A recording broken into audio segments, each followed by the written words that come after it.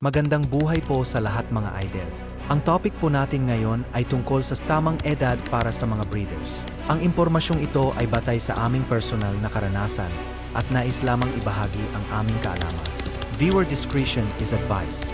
Kapag tayo ay pipili ng ating mga materyales upang i-breed, dapat silang nasa pagitan ng 1 hanggang 3 taon gulang lamang. Dahil sa yugtong ito, malakas ang kanilang potency. Nasa peak stage na sila at nasa prime years na rin sila. Pero kung sakaling wala tayo at 3 years up na ang mga breeder natin, ayos lang mga idol. Dapat lang nating tandaan na ang ipapares natin sa kanila ay yung mas bata. Halimbawa, kung ang tandang ay 3 taong gulang pataas, ang dapat ipares natin ay yung mga batang pullets o hindi bababa sa 18 months old o vice versa. Ito ang kadahilanan para maiwasan natin ang pagkabansot, mahinang resistensya at immune system at ang pagiging masakitin ng ating mga sisi na maaaring makaapekto sa ating pagpapalaki at maging sa ating laban sa hinaharap. Dahil naniniwala kami ang A Solid Foundation breeds a true champion. Salamat sa panonood mga idol.